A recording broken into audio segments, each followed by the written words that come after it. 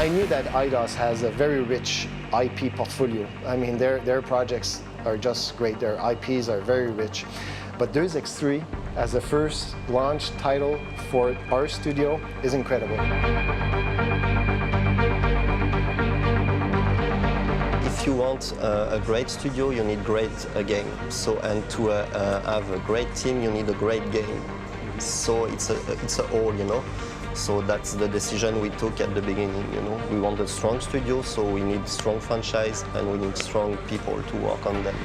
So it's a huge challenge, but it's no choice. You need that.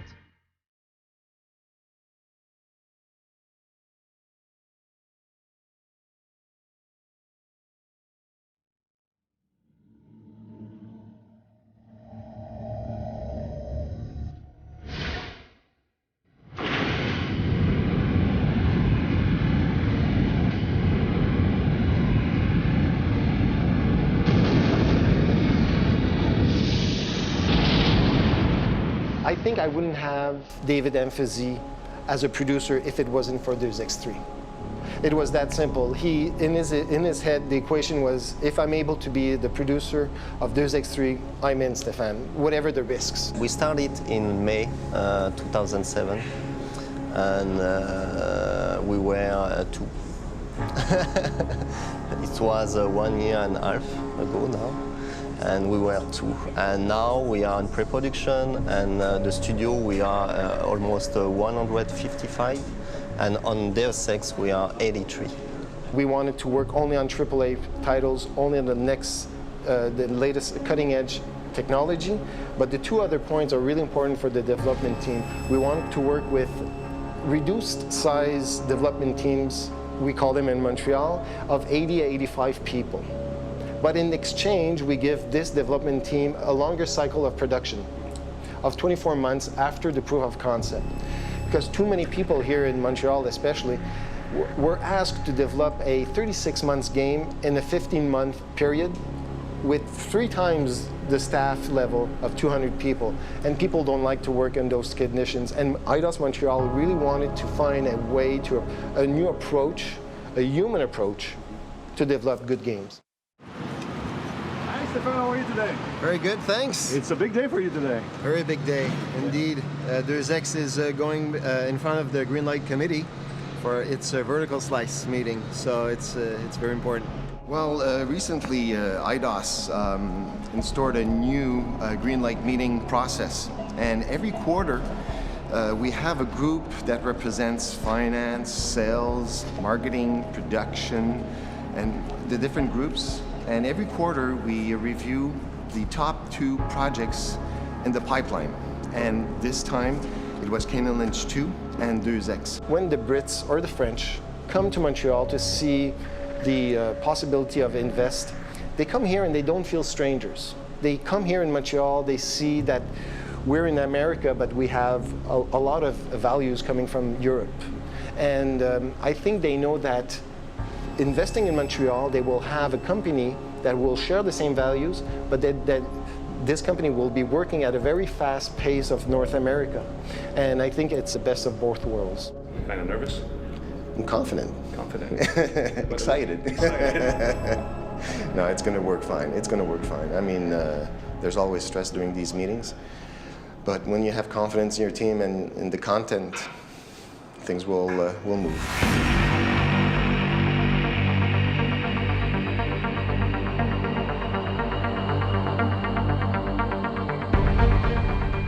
Needed to have the senior brass having this emotional bond to the game, and I think we just got that. Yeah, it was silence in the room. Everybody was looking. The music was very well integrated. All the major features were well demonstrated. There's a lot of work to be done, lots. But now I think people really believe into the project. They know where we're going at because Deus Ex is a complicated, complex game that can reach a lot of people. And if it's well made, well crafted, well assembled, it's gonna be sky's the limit. Real pleased. The team worked like crazy, and we're really happy. The pressure is there. The expectations are so high, but what a better way to launch a studio with this type of quality project. I think once we found our team of leads, I knew that we were in very good shape. These guys were passionate. They really wanted to have the Deus Ex 3 the best in the franchise. They knew exactly what to do, what not to do, and so my comfort level was starting to rise. But again, it's a long journey. It's 2 years or more of development. You never know how it's going to turn out. But the pressure is there, the fan base, the forums, even 8 years after the initial. The first one came in 2000, by the way. PC Game of the Year, nothing less. We knew what happened in 2003 with Invisible War. We knew what to do, not to do. And I think that the fan base is so active and passionate. They're very protective of their favorite game. I think we exchange on the forums, on the blogs. We are always listening to our fans. We want to do a game that will please them and that will bring new fans to the franchise. That is the biggest challenge for us. If we have some pressure to create Deus Ex 3, yeah. Yeah, big time. But at the same time, it's a good pressure because we know that there's something to do there, a lot of things to explore and everything. And it's a great franchise to start with, so I'm really enthusiastic about that. But I know we must not fuck it up. It's a huge challenge, but it's pretty exciting, and we're on the right track. So yeah, it's a good pressure. The third game is going to actually be a prequel to the original game. So it's going to happen about 20 years earlier.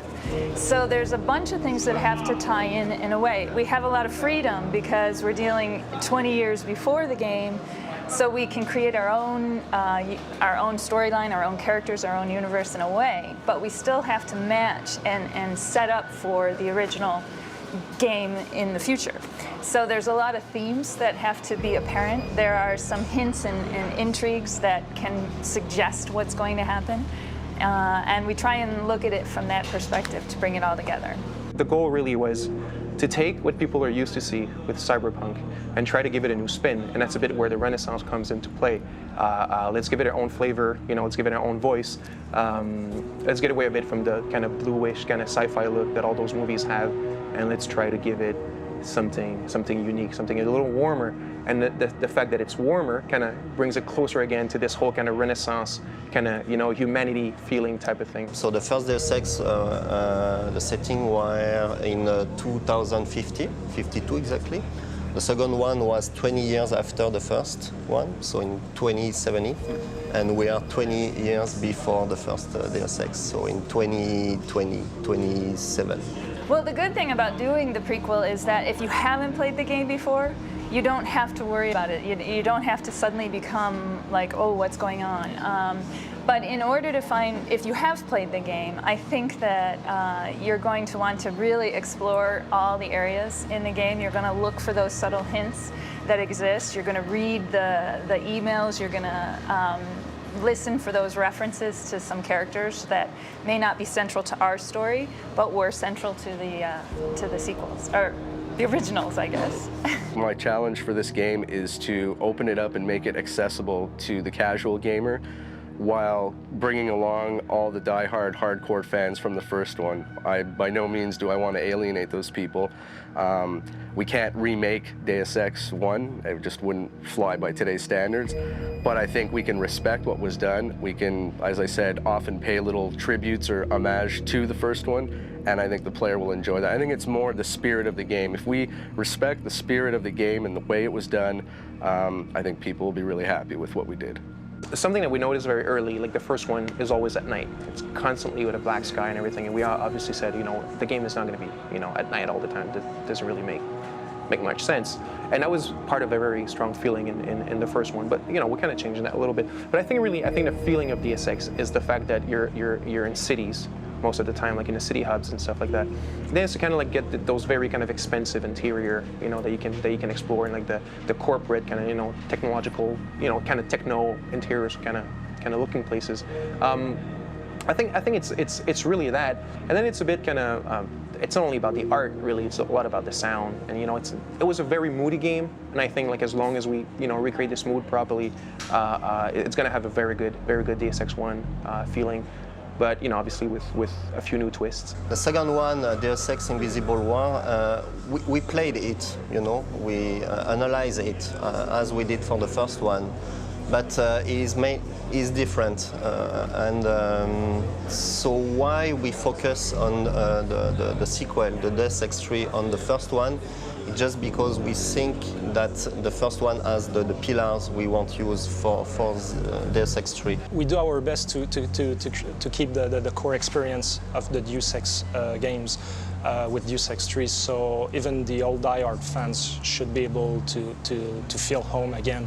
And you know what? We have to do the best we can for this one, and I think it's going to be a very strong product. And after that, if some die-hard fans say that we miss an aspect or another, we'll live with that. I'll just change name and change my face or something.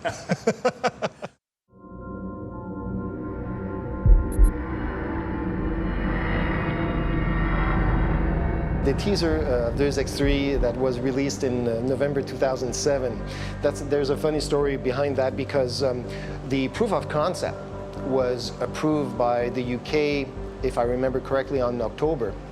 And we wanted to announce, because everybody, all the media was, what's your first project? What's your first project? And we couldn't say anything before the proof of concept was validated. So in November 2007, we set the date for our press conference, our second press conference, and we decided that it would be stupid to come in front of the medias saying that, well, on paper, we have Deus Ex 3, thank you, goodbye. We needed to show something. But we were only 4 weeks from there. And how can you create a high-quality teaser in 4 weeks? You know, sat down with my boys and, you know, what do you want to do? Kind of brainstorm a bit about the direction and thing. And then we said, let's have like this image blast, you know, that we called it, you know, all those images going really right. It was not even a second, and there's like 27 images, 27, 28. And it's just kind of put a bit of our theme, and it totally worked. Like they stopped it one frame by frame, and they went way beyond everything anything we ever thought of, you know. So I think that was a really good hit, really good idea. We had a lot of fun with that teaser. It was a real labor of love, and it was obviously our first step into the media, so it was quite challenging, and you really want to make sure you put your best foot forward. For us, for me anyway, I really liked the visuals that I had. It was a very interesting subject to work with, and I think I got lucky in taking a risky move by bringing the original theme into the end. For me, it was kind of my goal in doing that was to kind of put at ease the original fans who were, I know, obviously a bit nervous, saying, well, you know, this game's going to be redone, and we all know often sequels don't live up to the first one. So for me, it was a way to kind of give them a little pat on the back, saying, we're going to take good care of it. You know, we won't let you down. And it hit a core, because I think 2 hours after the official release, game trailers picked it up, and I think within 24 hours, fans were starting dissecting the video clip, and the blogs just lit up like a Christmas tree. We actually wrote a name on the little fetus and the little baby thing, which is not even from us. Is the 3D studio that worked, Digital Dimension, that did it for us. And I guess, you know, they were just having fun in the studio. Let's give it a name, and actually placed it on one of the little techno tags that's on it, which is Emil. And the fans went ballistic. They actually found that there's like this French sociologist from the 19th century called Emil, and it's like they linked it with the game, and it's actually used in the game, so the name type of thing. So we'll find a place for it. Deus Ex as a genre itself falls into the cyberpunk category. Now, a lot of people don't recognize that genre of writing. They would more likely be familiar if you were to say it's like the Matrix.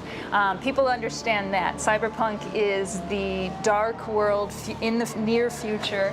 It's a dystopian universe where generally you have corporations that are more powerful than the governments. You have conspiracies going on, and all the hidden agendas. I think cyberpunk is basically a very rapid grafting of technology over kind of an unsuspecting society, if you want. It's not You know, I don't know if you look at Star Wars or whatever, it's like totally, you know, an entirely different vision of the future. Cyberpunk obviously is a very near future, and it's kind of like you need to see the contemporariness. Like people need to be able to relate to what they're seeing. Like, you know, like the buildings kind of look like today, but it's kind of like as if it's this very like rapid creeping of all this new, you know, layering of technology and a bit in a kind of like chaotic way type of thing. So I think there's a big part of that. There's a few things that I try to tie in. Is one is there's I think it's been talked a lot about is the cyber renaissance, in that it's got a very classical feel in a very modern environment.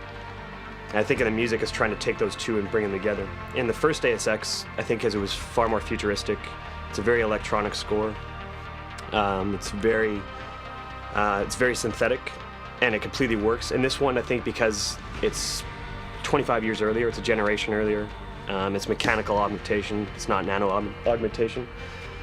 So the music tries to kind of express that. So there's a lot more organic texture. What it is that when we were researching, you know, what kind of cyberpunk we want to do and all that kind of stuff, and we dive into the subject of, you know, augmentations and kind of transforming biology and all that kind of stuff. At one point, we kind of like start seeing a big link between, you know, the Renaissance and a transhumanist era, which is, you know, basically cyberpunk, which is kind of augmenting the status of the human beings and stuff like that with technology. So if you look at it, I don't know, a mechanical arm and stuff like that. If you look at the sketches of Leonardo da Vinci and all that kind of stuff, you know, the anatomy studies, there's like a strong kind of, you know, visual link between the two. And also during the Renaissance, it was kind of like this whole new opening, this open-mindedness, you know, compared to the dark era of the medieval period, you know, towards kind of replacing kind of society within nature type of thing. Before that, it was all about religion and all that kind of stuff. And now it was more about, let's really start, you know, analyzing it and forget about all the religious taboos and that kind of stuff. And a transhumanist era is a bit also that. It's kind of like, you know, today we still have problems with cloning, stem cell research. Well, not problems, but I mean, you know, like some people are for it, some people are against it. So it's a bit as if transhumanism, it's the same thing. It's a bit letting go of that and really letting go of those taboos and trying to take control of our own evolution. On this score, I wanted to approach it kind of how the story is that the story is very much about taking something that's organic, like the human body, and then augmenting it so it's better than it was originally. So I approach the score the same way. So any acoustic instruments I've had have to be electronically either created or manipulated. So most of the score is as virtual as possible. We're trying to do it so that every single instrument is done by me alone and virtually. So it was a weird approach, but I think it worked. At Eidos Montreal, we have a very interesting structure here. I am actually the lead writer on the project, but my title is the narrative game designer. So in a sense, I am in the game design field rather than in the writing field. I think it's very important. It's a new position in the industry, a narrative game designer. And my role is to work side by side with the game designers to ensure that as I'm developing the storyline, it's suiting the needs of the game. So I'm familiar with what are the pillars of the gameplay that we're going for, what is the game experience that the game designers are trying to create, and I'm able to take that and create a story that works with it. One of the challenges of working in video games for a story writer is a story is a very linear experience, and you're very much used to building an experience that you are in total control of. You are guiding the viewer to feel what you want them to feel, etc. In a game, it's not a linear experience. The joy of a game is the freedom the player has to do whatever he wants, to be as unpredictable as he wants. And he might not want to follow your story. So one of the challenges, there's always that struggle between the game design and the story design, because the story may need you to experience this key event at this key moment, but you have no control whether the player will be there or not. My job working with the game designers is to really find out where they expect and what they're building for this, and find ways that the story can support it or go in different directions. The player can play the game in various ways. He can mainly choose the combat approach, where it's all about using your guns, your offensive augmentation. You can also to play it a little bit more subtle by playing it in stealth mode. Also, you have augmentations that you can choose that will help you into being a better stealth agent. We have hacking as well that helps you to create new paths and unlock new alternatives, and also you'll have augmentations that will support that as well. And for social, you'll be able to interact with various cast of characters that you'll be able to try to convince them to do something for you, give you information, and again, will fuel some augmentations that will allow you to be better at convincing them. So those are the four important pillars, and what is really key to that is that we want the players to be able to play the game the way they want, and they can go back and forth through all those possibilities and tailor the experience to the way they feel it. Mesdames et messieurs, bon matin. Et si, on s'est pratiqué hier là. Today it's a very important day for the production of the game Deus Ex 3. This is the alpha milestone. The alpha milestone, it's about 15 months of work for the team. And the alpha milestone is simply that we will be able to play to have a walkthrough. So we'll be able to play from the beginning to the end of the game, which is very important milestone for us, because from today we'll have 8 months to balance and tweak the mechanics of the game. And it's very important for this kind of game because it's a mix of different mechanics.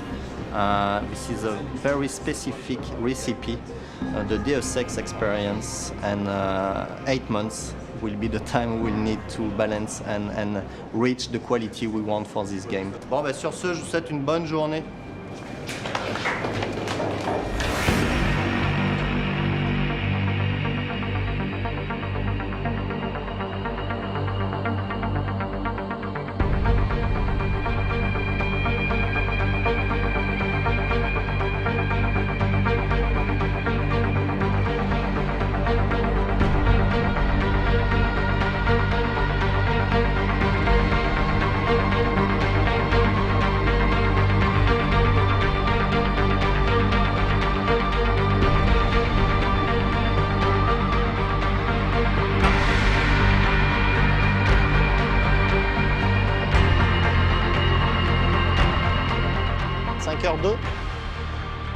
On est alpha.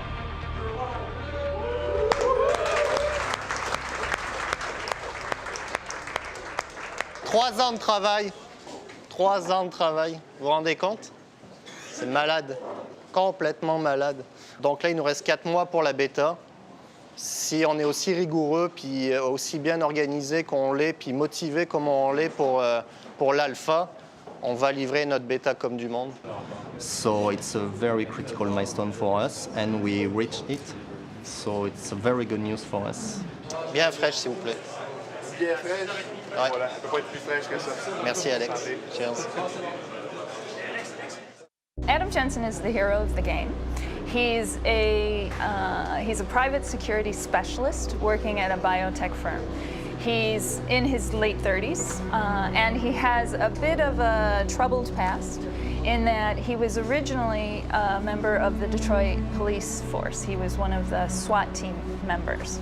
And there's an incident in his past that he was in control of a SWAT situation. He was given a direct order which he did not agree with, and because he knew that it was wrong. He did not follow that order, and instead someone else did, and as he expected, the whole situation fell apart.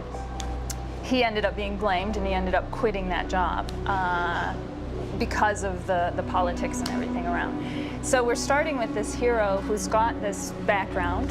He's kind of needing to prove himself to the world. He gets hired by this biotech company, and one of the very first things that happens to him is while he is protecting the company, a group of Black Ops soldiers attack. And so from that point on, his quest is to go forward and discover who's done this and basically look for a redemption for himself.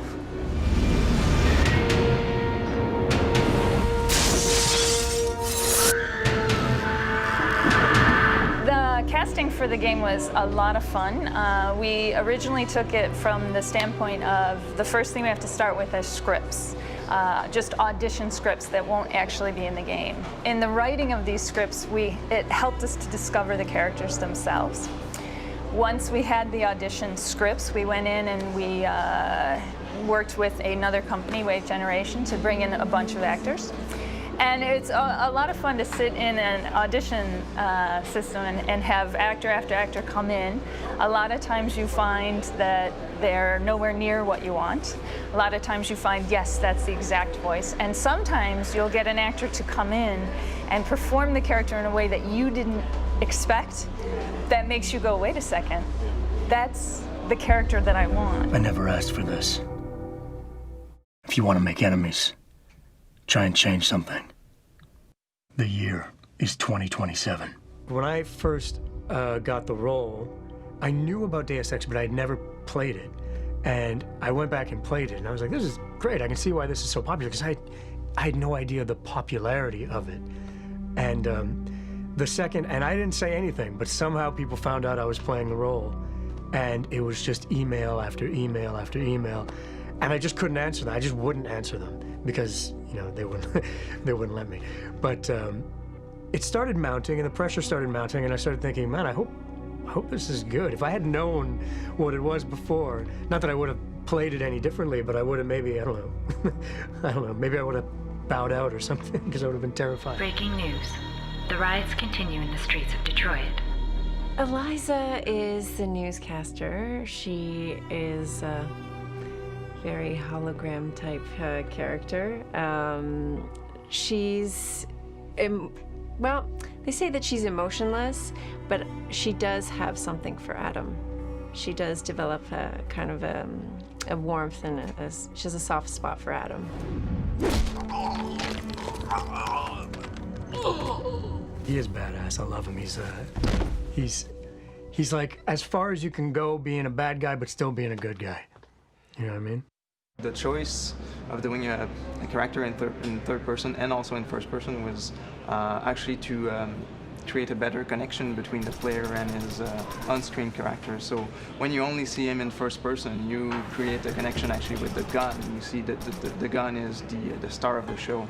But what we wanted to achieve is actually to have the player see his own characters sometimes when he goes into cover, when he does takedowns, when he does cool stuff on the screen. We really wanted to showcase the main character. And this helps create a better connection with who you're playing, who is this guy that you always see. You always see his hand in his gun, but now you can actually see his face, see his reactions, see how he moves in the environment. So that was why we did that. And with all his augmentation, it's really awesome to see mechanically how it's working. So in the first person, it's not the same thing. You can try to do a takedown in first person, but you will never have the feeling that you will have if you have the full body action and everything. So this is why well, it's to showcase because we have awesome modelers, so we need to showcase. We're not trying to go for photorealism. So because we're not trying to go for photorealism, it allows us to change the proportions and stuff like that. It's not I wouldn't say that they're caricatures. They're not like that, but obviously they're a simplified version, right, of the human bodies. One of the main reasons is actually, I do believe as an art director that by just replicating exactly the human proportions on screen, it often doesn't look all that good. The hands look really small. You know, you see them in cutscenes and games, the fingers look kind of broken and kind of flimsy and that kind of stuff.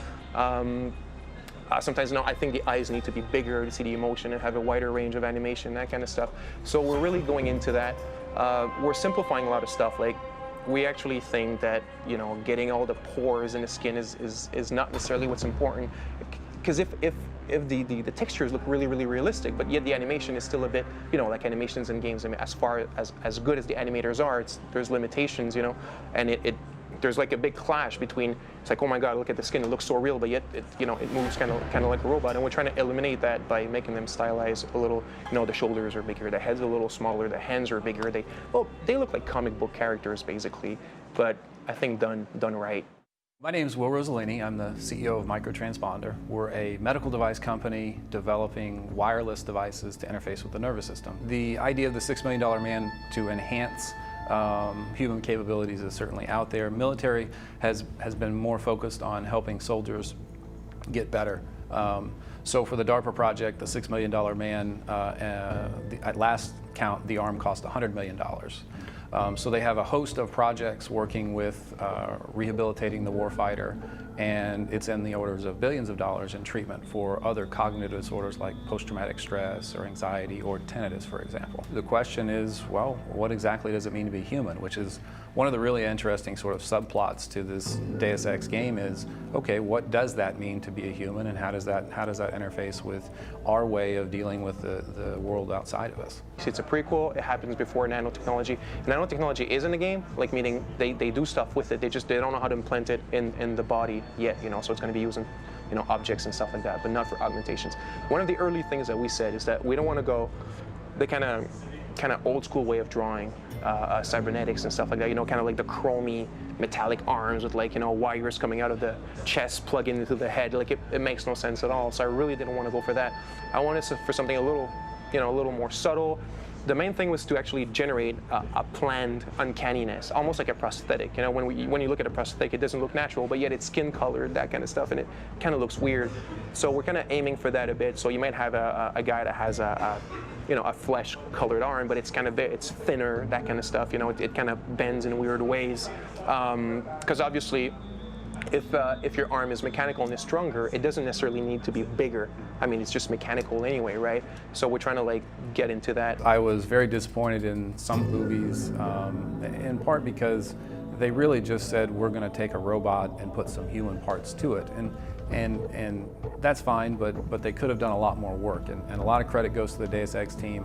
When I showed up day one, they'd already read 10 times more than I would have expected. And over the last 2 years, they've become experts in and of themselves. And I think that kind of dedication to really being scientifically valid, in the sense that, yeah, this could happen, makes it much more interesting because it is closer to what could actually occur. And some of these movies that just put a big piece of mechanical robotics up against some blood, that doesn't count. That doesn't count. You didn't think about it. And I think this team deserves a lot of credit for thinking through all those issues. I really think that the augmentations, what they will be able to do with the main character, Adam Jensen, that will be just crazy. So, and I know that because we did a focus test, and it was just, you know, a high-level prototype, you know, and or videos, and they already say, okay, that's great. The idea that the 7 degrees of freedom that we currently have with our arms is certainly limiting, and the way that the main character can manipulate, I'm not sure how many degrees of freedom the developers will actually program in, but we're talking on the orders of 20, 30 degrees of freedom. That creates a whole different way of doing karate, doing self-defense, and doing attack moves. That's really interesting. They did a great job with it. And so that's what I'm most excited to see, because I don't think any game has ever come close to delivering that type of gameplay. It's really fun to have those augmentations, but at the same time, it's something that we have to find cool ways to use them, and it's a pretty good challenge, I think. Yeah, we try a lot of stuff like Muay Thai, combat, capoeira. Oh yeah, and well, street kind of fighting stuff. But I think that we're going to the, well, story-wise, he's an old Navy or a SWAT leader or something like that. So we decided to have something more military and like quick. Straight to the point. Straight to the point. It's not like you can just easily walk in a convenience store and just buy something, obviously, so it's not going to be extremely widespread, but it is there. We're going into extreme details, really, like for as far as the hero's concerned and the bosses, like really into the mechanics, and you see the things open, and you really see how they work and how they behave, and I think that's, I'm not sure that's ever been seen in game, really, that kind of attention to detail to mechanical parts and how they move and transform. It was a cool opportunity to actually get to, we're AI specialists, but then to get to work on a very special, boss battles are special moments. So 2 challenges, we had to take our tech and inject it into the DX3 engine. That was it. And then I think within DX3 itself is that, again, you're coming at it, and you could be anybody, right? You could have this augmentation, this weapon, and so balancing all this stuff, you don't know a priori what the guy is coming into the game and you want to give him a great experience. You know, you want to be true to the designer's vision, but you want to give the player a great experience. So the balancing, that was brutally hard. The human claymore basically is exactly that. It's you know, you take how a claymore functions, and it's incorporated into the hero. It's actually an augmentation that you can go out and buy, and it's something that you can use when you're surrounded by enemies. You know, kind of like a last resort type of thing, and you trigger it, and he's got all those little latches that open in his body, and he literally, like, you know, ejects thousands of metal beads, and he just goes into slow motion, and you see the enemies flying off in the air, and all that kind of stuff. Very, very cool effect. I think people are dangerous. I mean, so technology is simply a tool, and I think that people are dangerous or not dangerous, and it'd be very difficult to, in fact, impossible to stop the flow of technology. You're going to get black market development regardless. So, as an economist, first and foremost, I would argue that there's no need to stop any technology because the free market will take care of it. That said, there are controls in place that I think that we all could work on with clinical trials, with FDA, regulation of medical and drug products. That is an ongoing battle to make sure that there is a balance between aggressive development and marketing and safety of the patients. We launched the trailer, the CGI trailer on the internet 1 week prior to the E3, and the response was quite absurd. We had, I think, 2.5 million views in 1 week, which is quite enormous. This really created a buzz, a momentum for the code demo that we have shown to the public. It was a labor of love of over 9-10 months, and was very intense. It was the first project that people from Visual Works, which is the studio of CGI of Square-Enix, it was the first time they worked on something else than the portfolio, the traditional portfolio of Square-Enix. So we had, I think, the team of Final Fantasy working on this, and they completely understood what we wanted to do, and the quality standard has been totally awesome. You'll never find them! I'll never stop looking.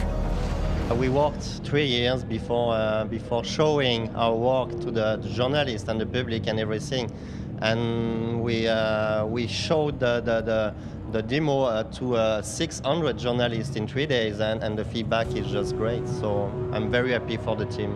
And what I'm really happy about is the full reaction of all the territories. Not only the North American media, but the European media is completely gaga.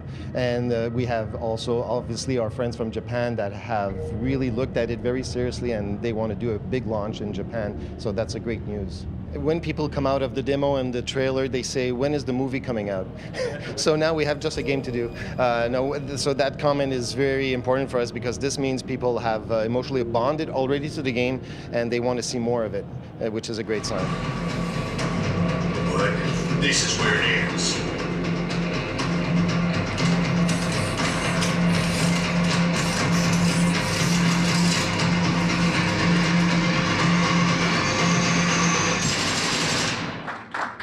Thank you.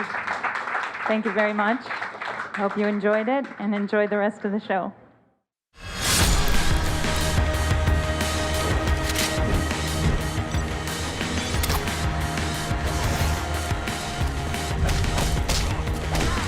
We were supposed to take the E3 demo and to add a couple of things, the UI and some other things, but these guys are so, they want to show the evolution to the media, to show the depth of the game.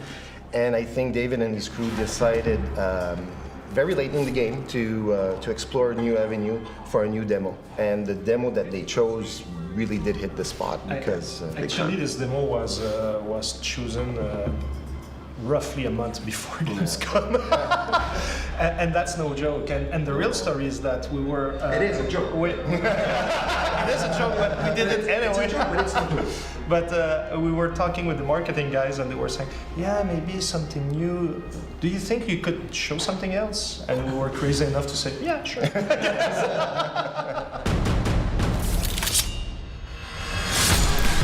It's almost as if at E3 it was like a teaser. Yeah, but it's almost as if this okay. Like, it looks like a great game. You know, it looks like a AAA and things are there. But the real Deus Ex answers were not fully answered yet. So it was like, yeah, okay, you guys are seems to be on a good way to make a great game. But Gamescom was really cool. We saw it was supposed to be a great game. Now we see it's a Deus Ex. You know, the multipath is there. All the promises have been answered. What's going on over there? Warren Spector was at the Gamescom. He was giving a conference at GDC Europe. And David told me, you should, text him to invite him to a private session. So I said, yeah, good idea. So I did, as I do some at main events, but he doesn't answer. But sometimes he shows up. And to our big surprise, he comes through the square-enix booth around in the middle of afternoon saying, I would like to come and see it, because he never saw code.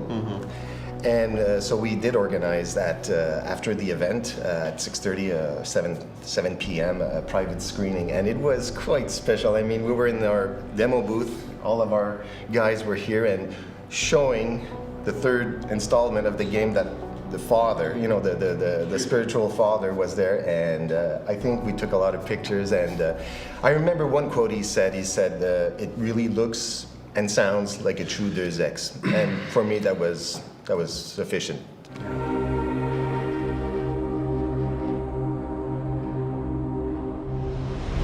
You're gonna love Hank Chef. Twice the scum and half the space. Call me if you need any backup.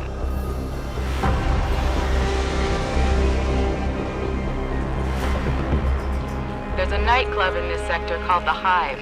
If our hacker went to ground here, chances are the owner will know. These guys, first of all, they came because they came to the new studio. They left behind jobs that were incredibly interesting, working for very good companies on very good franchises. But these guys left everything. What have we done? But these guys left everything to come to a brand new studio with not even permanent offices yet. But they had this passion, deep passion, and I think for all of us, it's the project of our life. Yeah. And we want this to be our signature. And once you start with that, and you work hard, you have good support, you have a good team, and after 3.5 years, if things are not so bad, the results will be there. Yeah, I think it's exactly that. I think really, is it a great game or not? I think it's not up to us to say this at all. I think it's not our business. I think it'll be the players and all that. But what I think it was really that it's a major endeavor of passion. Like the journalists, like they come here, like we have like journalists that have been in the business for 20 years, right? And they come here and they tell us stuff like, man, I haven't felt that in like 10 years. Like the kind of spirit there's here, the kind of energy. They're really like, there's really something going on. How much is that in the game? I think that passion is in the game, definitely. Will that make a good game? Like I said, I don't think that's really, I think we have a great product, but I mean, but yeah, I think it's really a work of passion and a work of I think like really smart people that like are really freaking structured, organized and stuff like that. And yeah, that's what it's all about, and it's a great team. And we've been told at the Gamescom, right? They were looking at all the pictures of all the different teams, of different dev teams, and then when they got to our picture, the journalist was like, "Man, it's like I couldn't put my finger on it at the beginning, but it's like there's something about you guys." And you realize your picture, you guys are all kind of laughing and goofing around, and I think that's what it is really. It's a goofy game. Cut.